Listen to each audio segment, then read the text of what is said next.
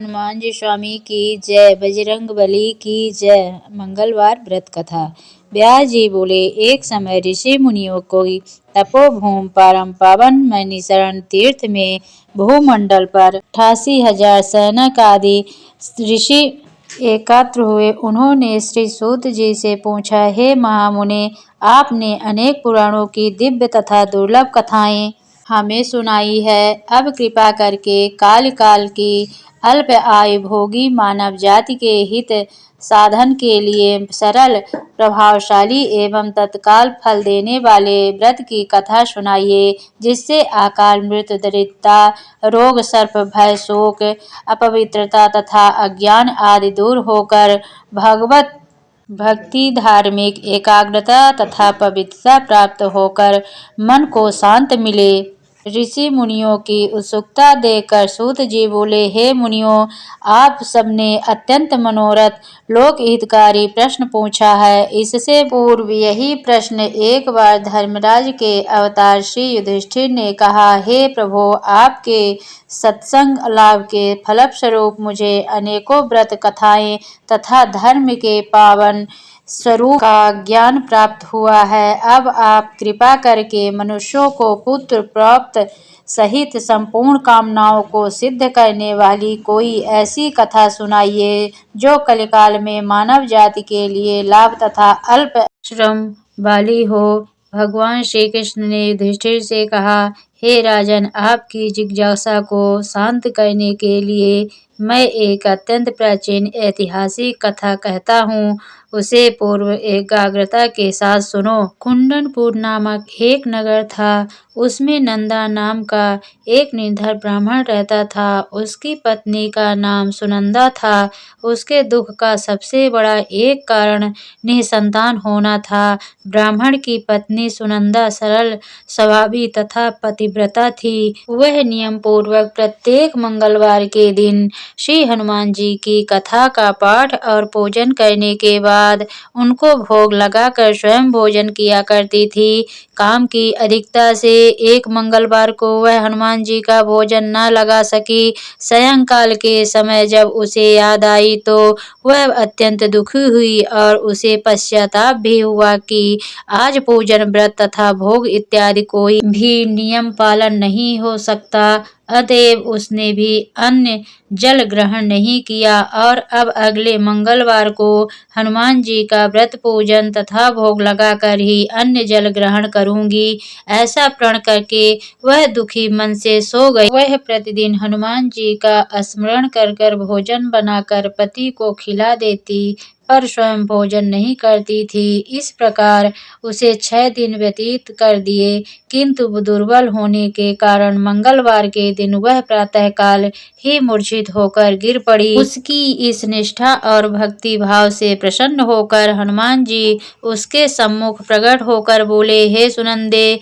मैं तेरे भक्ति भाव से अत्यंत प्रसन्न हूँ, तू वर मांग। सुनंदा बोली, हे भगवान, मेरे कोई संतान नहीं है, अतएव कृपा करके मुझे संतान प्राप्ति का वर दें। श्री हनुमान जी बोले, तेरी अभिलाषा पूर्ण होगी और तुझे ऐसी कन्या रत्न की प्राप्ति होगी जिसके अष्टांग तुझे प्रतिदिन सोना दिया करेंगे। ऐसा वर देकर हनुमान जी अंतर्ध्यान हो गए। श्री हनुमान जी की कृपा से वह ब्राह्मणी यथा समय गर्भवती हुई और 10वें महीने में उसे कन्या रूपी रत्न की प्राप्ति हुई। 10वें दिन ब्राह्मण ने कुल पुरोहित को बुलाकर कन्या का नामकरण संस्कार कराया।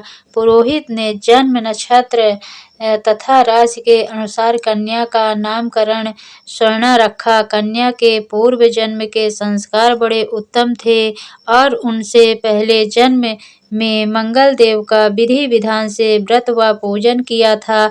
कन्या के अष्टांगों से प्रतिदिन काफी सोना मिलने के कारण वह ब्राह्मण अत्यंत धनवान होने के साथ साथ अभिमानी हो गया। प्रकृति के विकास गति के अनुसार जैसे शुक्ल पक्ष का चंद्रमा बढ़ता है, उस प्रकार कन्या भी प्रतिदिन बढ़ने लगी। एक दिन सुनंदा ने अनुभव किया कि कन्या विवाह योग्य हो गई है, अतएव उसने पति से कहा कि किसी योग्य सुंदर वर को देखकर अपनी पुत्री का स्वर्णा का विवाह कर दे, क्योंकि शास्त्रीय विधान के अनुसार 8 वर्ष की गौरी, 9 वर्ष की रोहिणी तथा 10 वर्ष की कन्या राज्यशला मानी गई है। गौरी के दान से पाताल लोक तथा रोहिणी के दान से वैकुंठ लोक की प्राप्ति होती है, किंतु राज्यशला कन्या का दान शास्त्र विरुद्ध होने से घोर नरक की प्राप्ति होती है। अतएव एवं दानों से श्रेष्ठ कन्या का दान उचित समय पर करके इस लोक तथा परलोक को सुधारिए। पत्नी सुनंदा के शास्त्र समस्त वचनों को सुनकर दिव्य के लोभी ब्राह्मण ने कहा, अभी तो स्वर्णा केवल 10 वर्ष की हुई है, तुम अभी व्यर्थ की चिंता करती हो। मैंने तो 16 वर्ष तक की कन्याओं के विवाह कराए हैं, अतः चिंता की कोई बात नहीं है। पति की बात सुनकर सुनंदा ने कहा, राज्यशला कन्या का दर्शन पिता और भाई के लिए दोष है। राज्यशला का दर्शन कर ये नरक और घोर पातक के अधिकारी बनते हैं। अतएव स्वर्णा की आयु विवाह के योग्य हो गई है, ऐसा जानकर आप इसका अतिशीघ्र विवाह कर दें। पत्नी के तर्क और आग्रह के आगे नंदा निरुत्तर हो गया। उसने कहा, मैं कल से ही उपयुक्त वर ढूंढना प्रारंभ कर देता हूँ। मैं स्वयं भी वर ढूंढने के लिए निकलूंगा तथा दूत को भी इस कार्य में लगाऊंगा।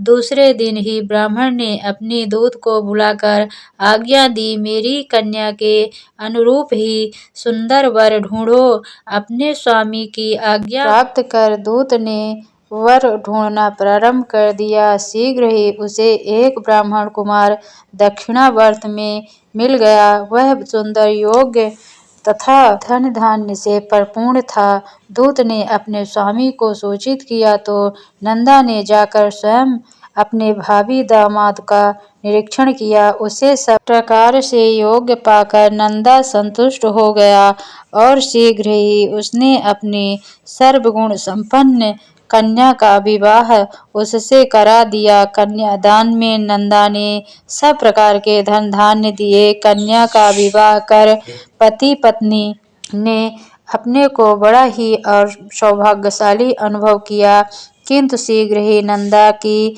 मन स्थिति बदल गई। सोने के लोभ के वशीभूत होकर वह विचलित हो गया। उसने विचार किया कि कन्या का विवाह तो मैं कर ही चुका हूँ, कल प्रातः ही यह अपने पति गृह स्थान करेगी। इस प्रकार सब मुझे पुत्री स्वर्णा के अष्टांग से निकलने वाला सोना प्राप्त नहीं होगा। अब यह स्वर्ण इसके पति अर्थात जयमाता सोमदेव को प्राप्त होगा। मेरे द्वारा संचित किया हुआ धन, कन्या के वस्त्राभूषणों आदि व्यय हो गया। शेष बचा हुआ धन भी कुछ समय से खर्च हो जाएगा। निश्चय ही इस कन्या का विवाह करके मैंने बड़ी भूल की है। अब एकमात्र यह उपाय है कि कन्या को किसी प्रकार पति गृह जाने से रोककर अपने ही घर पर रखा जाए। इस पर विचार करते करते नंदा रात भर जागता रहा। अंत में उसने धर्म के विरुद्ध एक भयानक निर्णय किया कि जब कन्या को लेकर सोमदेव अपने घर के लिए प्रस्थान करेगा तो मार्ग में वो छिपकर उसका वध कर दूंगा और कन्या स्वर्णा को समझा बुझाकर अपने घर ले जाऊंगा। विधवा निराश्रय पुत्री को घर में रखने के कारण समाज में मेरी निंदा करेगा और स्वर्णा से मुझे पहले की तरह नियमित सोना प्राप्त होने लगेगा। प्रातःकाल सुबह मुहूर्त विचार कर नंदा और सुनंदा ने जयमाता जमाई तथा कन्या को धन धान्य से संतुष्ट कर प्रसन्न चित्त सभी सज्जनों के सामने विदा किया। इधर सोमदेव अपनी पत्नी स्वर्णा को लेकर घर की ओर चल पड़ा और इधर उधर सोने का लोभी मतिभ्रष्ट नंदा का अन्य मार्ग से आकर जयमाता सोमदेव की हत्या करने के उद्देश्य से छिप गया। फिर कुछ समय पति के शव के पास विलाप करती हुई पुत्री स्वर्णा के सामने प्रकट होकर बनावटी शोक व्यक्त करते हुए नंदा कहने लगा, हे पुत्री, लुटेरे ने तेरे पति का वध कर दिया है। तब तू घर चल, वहाँ पर ही रहकर अपने शेष जीवन का व्यतीत करना। भगवान की इच्छा के आगे किसी का कोई बस नहीं चलता है, उसे जो अच्छा लगता है वही करता है। अतएव तू धैर्य धारण कर, जो भाग्य में लिखा है वही होगा, इसमें किसी का कोई दोष नहीं है। पिता के कपटपूर्ण वचनों को सुनकर स्वर्णा बोली, हे पिता, इस संसार में पति विहीन नारी का जीवन व्यर्थ है।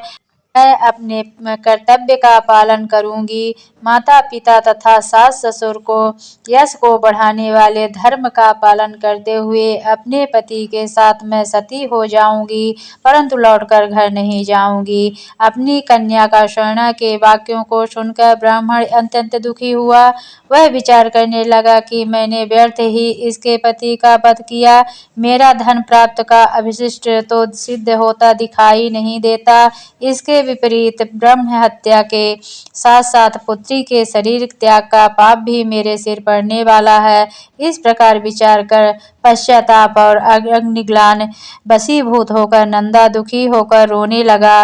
विवश होकर सोमेश्वर की चिता बनाई गई। फिर स्वर्णा 16 श्रृंगार कर पति का सिर गोद में रखकर चिता पर बैठ गई। जैसे ही सोमदेव को सबको मुखाग्नि दी गई, वैसे ही प्रसन्न होकर मंगल देव प्रकट हो गए और बोले, हे स्वर्णा, तेरे पति भक्ति से अत्यंत प्रसन्न हूँ, अतएव तू मनवांछित वर मांग। मंगल देव को प्रकट देखकर स्वर्णा ने भक्ति भाव से उन्हें प्रणाम किया। फिर विनम्रता से होकर बोली, हे मंगल देव, यदि आप मुझ पर प्रसन्न हैं तो मेरे पति का पुनर्जीवन दान देकर मेरा यह लोक तथा परलोक में सार्थक करें। श्री मंगल देव ने ये वस्तु कहा और बोले, स्वर्णा, तेरा पति पुनः जीवित होकर अजर अमर तथा महाविद्वान हो जाएगा।